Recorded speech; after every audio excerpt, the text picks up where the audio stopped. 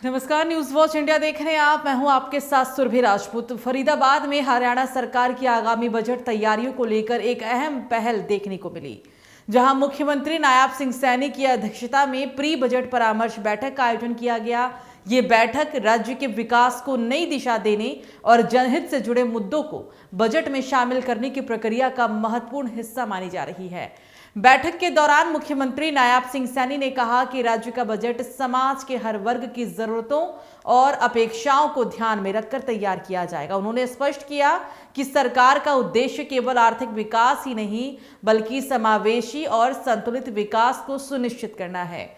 Pre budget बैठकों से मिलने वाले सुझाव और फीडबैक बजट निर्माण में अहम भूमिका निभाते हैं। इस बैठक में वरिष्ठ प्रशासनिक अधिकारी, विभिन्न विभागों के प्रमुख और अलग अलग क्षेत्रों से जुड़े प्रतिनिधि शामिल हुए। बैठक में शिक्षा, स्वास्थ्य, कृषि, उद्योग, रोजगार सृजन, शहरी विकास और बुनियादी ढांचे जैसे अहम विषयों पर विस्तार से चर्चा की गई। खासतौर पर फरीदाबाद जैसे तेजी से विकसित हो रहे शहरी क्षेत्रों में ट्रैफिक व्यवस्था, स्वच्छ पेयजल, सीवरेज, सड़क निर्माण और सार्वजनिक परिवहन को मजबूत करने पर जोर दिया गया। मुख्यमंत्री ने कहा कि ग्रामीण और शहरी क्षेत्रों के बीच संतुलन बनाए रखना सरकार की प्राथमिकता है। बजट में किसानों, युवाओं, महिलाओं और कमजोर वर्गों के कल्याण से जुड़े समस्याओं और कमजोर वर्गों के कल्याण से जुड़ी योजनाओं को विशेष महत्व दिया जाएगा। उन्होंने युवाओं के लिए कौशल विकास, स्वरोजगार और स्टार्टअप को बढ़ावा देने की बात भी कही, जिससे प्रदेश में रोजगार के नए अवसर पैदा हो सकें। बैठक के दौरान अधिकारियों ने मुख्यमंत्री को राज्य के वित्तीय स्थिति, चल रही योजनाओं और प्रस्तावित नई परियोजनाओं की जानकारी दी।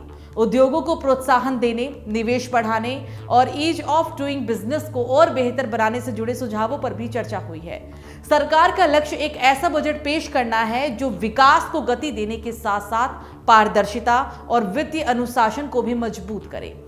मुख्यमंत्री सैनी ने भरोसा दिलाया कि प्री बजट बैठकों से मिले सभी सकारात्मक सुझावों पर गंभीरता से विचार किया जाएगा। उन्होंने कहा कि आगामी बजट विकसित हरियाणा की परिकल्पना को साकार करने वाला होगा, जिसमें सतत विकास, सामाजिक कल्याण और आर्थिक मजबूती पर विशेष फोकस रहेगा। फरीदाबाद में आयोजित ये प्री बजट बैठक राज्य भर में चल रही परामर्श बैठकों की श्रृंखला का हिस्सा है। इन बैठकों के माध्यम से सरकार जमीनी स्तर की समस्याओं और जरूरतों को समझकर एक जन केंद्रित बजट तैयार करने की दिशा में आगे बढ़ रही है। आने वाले बजट से प्रदेश के विकास को एक नई गति मिलने की उम्मीद जताई जा रही है। तो वहीं पंजाब और चंडीगढ़ में लोहड़ी तक लोगों को धुंध का सामना करना पड़ेगा और शीत की लहर की संभावना भी बनी रहेगी। मौसम विभाग की ओर से आज यानी कि 9 जनवरी के लिए घने कोहरे, शीतलहर और कोल्ड डे का येलो अलर्ट जारी कर दिया गया है। पिछले 24 घंटे के दौरान अधिकतम तापमान 0.1 डिग्री की हल्की वृद्धि दर्ज की गई है, लेकिन यह सामान्य से 5.5 डिग्री कम है।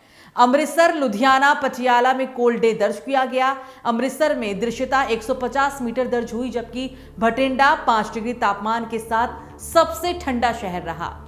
8 जनवरी वाले दिन दोपहर 1 बजे के आसपास धूप निकली, जिससे लोगों ने कुछ राहत जरूर महसूस की थी।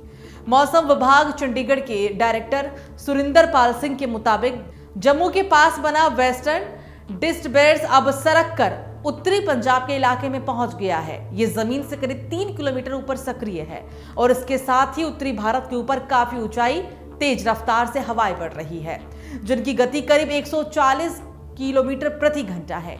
इस कारण अमृतसर, तरनतारन, नवाशहर, कपूरथला, जालंधर, लुधियाना, बरनाला, संगरूर, फतेहगढ़ साहिब और पटियाला में ठंड का असर बना रहेगा, जबकि फाजिल्का, फरीदकोट, मुक्तसर, भटिंडा और मानसा के कुछ इलाकों में शीतलहर चलने की संभावना है। अमृतसर, कपूरथला, जालंधर, लुधियाना और पटियाला के कुछ स्थानों पे पूरे ठंड दिन बने रहने की भी संभावना जताई गई है। मौसम आमतौर में सूखा यानी कि साफ रहेगा और न्यूनतम तापमान में भी काफी गिरावट हो सकती है। कुल मिलाकर पंजाब और चंडीगढ़ में ठंड का कहर फिलहाल थमने के आसार नहीं दिख रहे। लोहड़ी के आसपास तक धुंध, घना कोहरा और शीतलहर लोगों की मुश्किलें बढ़ाती रहेंगी। मौसम विभाग की चेतावनी को देखते हुए लोगों को बेहद सतर्क रहने की जरूरत है। खासकर सुबह और रात के समय यात्रा से बचने और ठंड से बचाव के सभी इंतजाम करने की सलाह दी गई है। आने वाले दिनों में तापमान और गिर सकता है। ऐसे में ठंड का ये दौर जनजीवन को और ज्यादा प्रभावित कर सकता है। ये खबर आपको कैसे लगी आप हमें कमेंट करके जरूर बताएं और अगर आप हमारे चैनल पर नए हैं तो चैनल को सब्सक्राइब करना मत भूलिएगा। नमस्कार।